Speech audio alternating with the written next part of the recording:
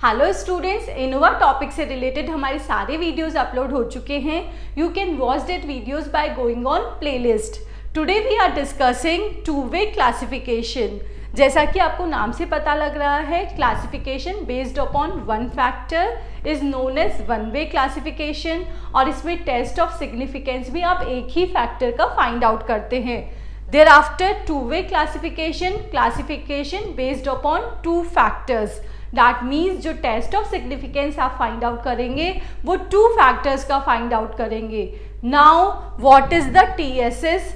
In one way classification, total sum of squares equals to sum of squares between the samples plus sum of the squares within the samples होता है।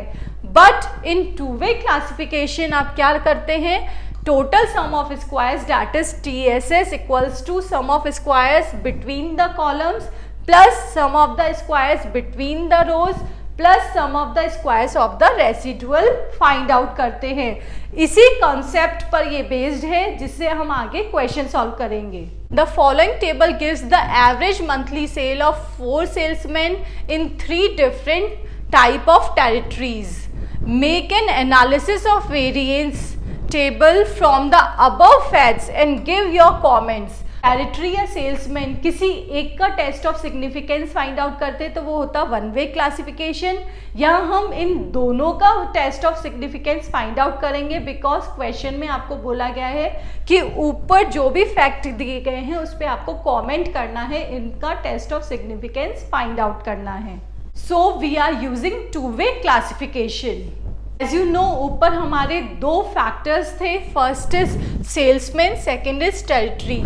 तो first जो हमारी step है formulation of hypothesis, वो भी हमारी 2 ही बनेगी। That is H0 equals to μ1 equal to μ2 equal to μ3 equal to μ3। That means average monthly sales of every salesman is equal.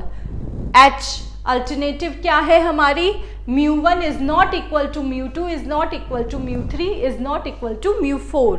Next is territory, इसकी भी नल हाइपोथेसिस क्या होगी? μ1 equal to μ2 equal to μ3। That means average monthly sales between the territories are equal. Fine. Now H0 equals to μ1 is not equal to μ2 is not equal to μ3। पूरी table हमने इसको question से copy किया है but इसकी labelling हम कर रहे हैं। This is our column 1, column 2, column 3, column 4। This is row 1, row 2, row 3। R1 का टोटल है 20, R2 का है 24, R3 का 28 और कॉलम वाइज टोटल आप इधर लिख रहे हैं 21, 18, 15 और 18 और पूरा टोटल आ गया आपका 72। Next we will make a square table. जैसा कि हमने वन वे क्लासिफिकेशन में भी डेटा का स्क्वायर किया था, ऐसे ही हमने यहाँ पे अलग स्क्वायर टेबल बना ली है। 5 का स्क्वायर 25, 7 का स्क्वायर 49, 9 का स्क्वायर 81। एज इट इज सारी वैल्यूज का स्क्वायर हो गया है। नाउ द टोटल, इसका टोटल है आपका 106, इसका टोटल है 154, इसका टोटल है आपका 202। इधर वर्टिकली इधर है इसका टोटल 155, इसका है 116, 77 और 114। तो ये 2 टेबल बनाने के बाद में next third step is calculation of correction factor. ये हो गया हमारा ग्रैंड टोटल का formula. T equals to total of all the values in all the samples. तो जितने भी वैल्यूज है इन सभी सैम्पल्स में उनका टोटल, तो वो कैसे आएगा? इधर इसका टोटल है, ये इसका है, ये इसका है, ये इसका है। अगर आप इसको रो वाइज भी करते हैं तो वो सेम ही आएगा। यहाँ देखिए ये 72 है, यहाँ हम कर रहे हैं कॉलम वाइज। ठीक है, तो कॉलम 1 का टोटल लिख लिया है, तो यहाँ पे आपने पूरे टोटल लिख के ये क्या हो गया है आपका 72, that is T। Now the formula of correction factor that is T square upon N। T का स्क्वायर हो गया 72 का square. Fine. N is the total number of items in all the samples. इसमें जितने आइटम्स है उसका, तो इसका फॉर्मूला क्या होता है? C into R। C that means number of columns, जो कितने हैं हमारे 1 2 3 4 multiply by number of rose 1 2 3। That is 12, तो इधर आ गया आपका 12। फाइन, इसको सॉल्व किया तो वैल्यू आ रही है आपकी 432। This is a correction factor. Next step is calculation of total sum of squares, जिसका हमारा क्या फॉर्मूला होता है, C1 square total plus C2 square total plus C3 square total plus C4 square total minus correction factor.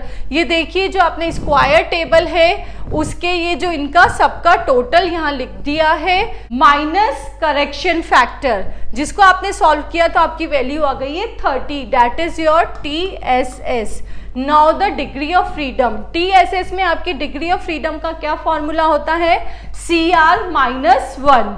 CR हमने ऊपर find out किया था, that is 12 minus 1 equals to 11, that is the degree of freedom.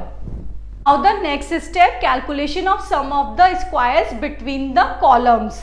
Fine, जिसका formula क्या होता है, that is sigma C1 का whole square, sigma C2 का होल स्क्वायर, सिग्मा C3 का होल स्क्वायर है ये, और सिग्मा C4 का स्क्वायर है ये। NC1 number of items in column 1, number of items in column 2, number of items in column 3 और number of items in column 4, और ये है हमारा माइनस करेक्शन फैक्टर। तो ये जो हमारी इनिशियल टेबल थी उसकी जो सिग्मा C1 की वैल्यू क्या हो जाएगी हमारी 21, यहाँ देखिए, और number of items in a column 1 2 3 सब में सिमिलर है इसलिए 3 3 आ गया है। इधर 18 का होल स्क्वायर, 15 का होल स्क्वायर और 18 का। आपने TSS में फाइंड आउट किया था स्क्वायर टेबल से, ये हमारी इनिशियल टेबल है। फाइन, इसको सॉल्व किया, वैल्यू आ गई आपकी 6। Now the degree of freedom, तो SSC में नंबर ऑफ कॉलम्स कितने हैं आपके, दैट इज 4। फाइंड -1, तो C -1 4 -1 that is 3। Now the calculation of sum of the squares between the rows. जैसे हमने कॉलम्स का फाइंड आउट किया था वैसे ही हम रोज का फाइंड आउट करेंगे। उसमें हमने कॉलम का टोटल लिया था, इधर हम रो का टोटल लेंगे। फाइन, सिग्मा R1 का होल स्क्वायर, सिग्मा R1 है आपका ये, सिग्मा R2 का होल स्क्वायर, सिग्मा R3 का होल स्क्वायर, इन सब का आपने होल स्क्वायर कर दिया, divided by it is NR1 NR2 NR3।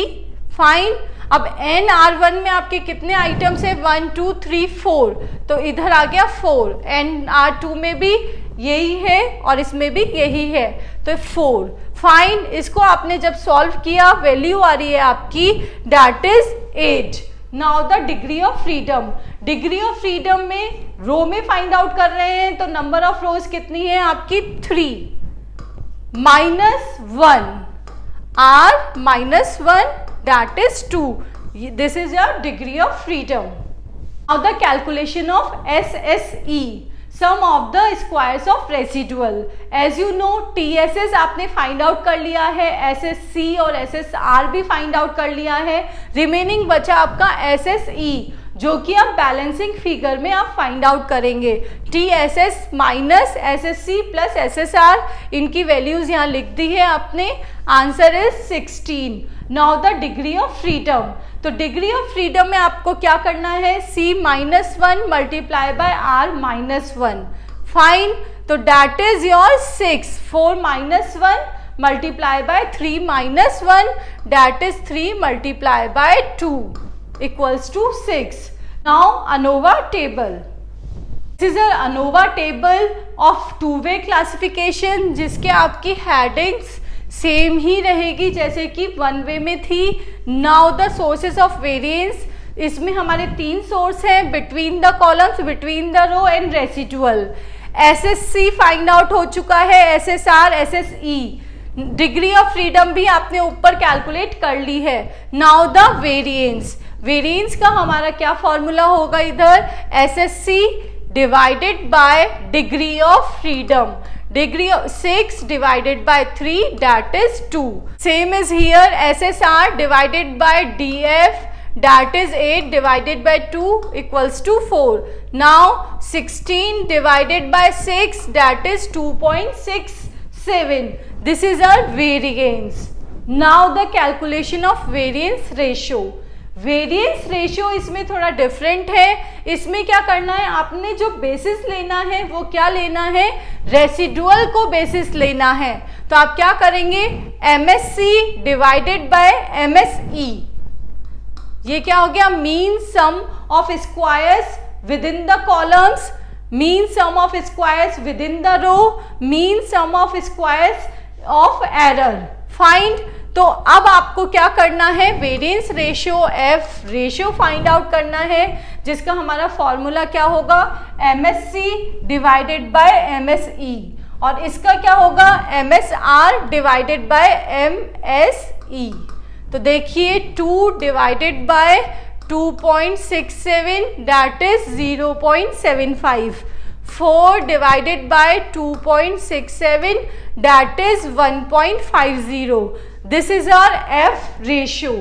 Now ये हमारी आ गई कैलकुलेटेड वैल्यू, इधर आ गया आपका total. Now we will switch upon the F table. अब F टेबल में आप कैसे लेंगे, dx dy, dx आपको क्या लेना है, कॉलम का फाइंड आउट करेंगे, तो dx क्या हो जाएगा, इसका डिग्री ऑफ फ्रीडम है 3, फाइन। और dy आपको क्या लेना है, इसका लेना है रेसिडुअल का। क्यों, क्योंकि यहाँ पे आपने जो वेरिएंस फाइंड आउट किया है उसका बेसिस क्या है, रेसिडुअल है, फाइन। तो 3 और 6 का फाइंड आउट करेंगे, इधर आप करेंगे 2 का और 6 का, फाइन, dx और dy। Now the table, this is your F distribution table, जिसमें आपको कॉलम्स का फाइंड आउट करना था 3 एंड 6, 3 लेना है ऊपर, 6 लेना है इधर।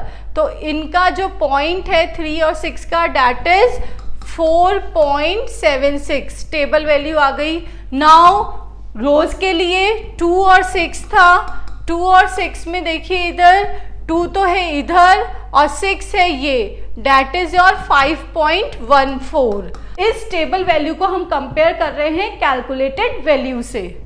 ये देखिए ये है हमारी टेबल वैल्यूज, कैलकुलेटेड वैल्यू इसकी आई थी हमारी 0.75 और इसकी आई थी 1.50। डैट मीन्स जो टेबल वैल्यू है हमारी ज़्यादा है और कैलकुलेटेड वैल्यू जो है हमारी कम है, कैलकुलेटेड वैल्यू कम है टेबल वैल्यू से। डैट मीन्स हमारी नल हाइपोथेसिस एक्सेप्ट हो जाएगी, there is no significant difference between the average monthly sales of salesman and between the territories. दो ही हमने हाइपोथेसिस ली थी, दोनों में ही क्या हो रहा है, टेबल वैल्यू जो है हमारी ज़्यादा है कैलकुलेटेड वैल्यू से। डैट मीन्स हमारी जो नल हाइपोथेसिस एक्सेप्ट हुई है और the difference is not significant.